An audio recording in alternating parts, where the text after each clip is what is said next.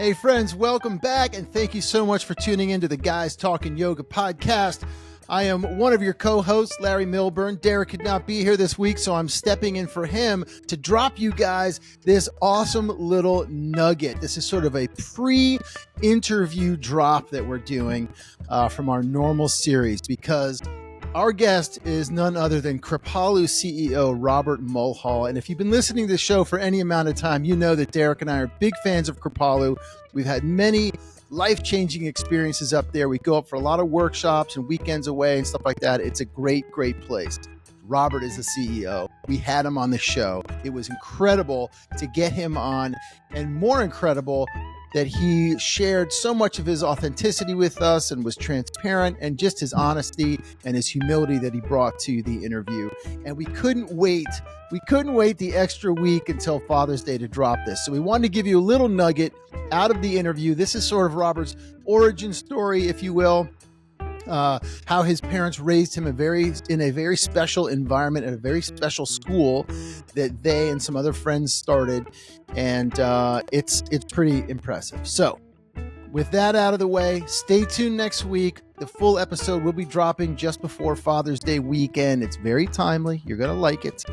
And enjoy this short segment. Thank you guys so much. And again, we really appreciate you guys checking out these episodes, sending us your feedback, being a part of the community, and helping us to build this rich community and support system for guys that are trying to find their way on the yogic path, or at least a way to wellness. Whatever your thing is, we are here for you guys. So thank you so much. Enjoy this short episode.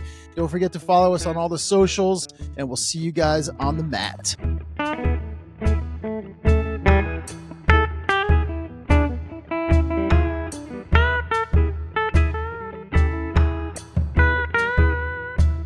I grew up in Ireland and just outside of County Dublin, and my parents were very inspired by a lot of the teachings from Celtic spirituality to Indian Vedic teachings. And so, because they were really inspired by it, and they were gaining so much from what they were sort of studying and some of the retreats they were going on in Ireland in the 70s, they and a few friends decided that they wanted to try to create an education system in Ireland that opened up people to some of this thinking. And that was, not mainstream by any stretch of the imagination at that time in Ireland.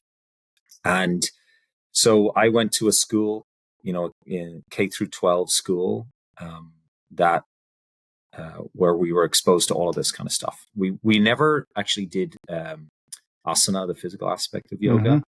But we were introduced to mindfulness and a lot of the yogic principles from the earliest age. And so, many schools, I only learned this later on in life, but many schools apparently have a bell at the beginning and end of every subject. And then you kind of you pack up your books or you move to the next classroom or whatever. I didn't realize there was bells in schools until much later on. What would happen for us is that our teachers would call us into silence and stillness. And we would start and end every subject with some silence and stillness. And then, it was, and it was normal because I didn't have a sort of a comparison reference point until I started talking to, when I got older and I started to sort of talk to friends outside of the school system. But Sanskrit was the second language that I got introduced to in school from around the age of 5. And that would progress, and homework became, translate some chapters from the Upanishads or the Bhagavad Gita or some ancient Indian text. And so we were just immersed in these amazing teachings from a really young age. And then we did mindfulness throughout our time there, and then did some mantra-based meditation as well from around the age of 10. And all wrapped in an ethos of attuning to the present moment, and that there's a big world out there, and service is a great way to walk in the world, and that there's a wholeness both in the world and inside of me. And a big part of our path in this, as being humans on this planet spinning through space, is to remember our true nature and spend our lives trying to embody that. And so I got introduced to it in a very different way. And but then stayed with it. There was something about it for me that was like, this is a hell yes for me.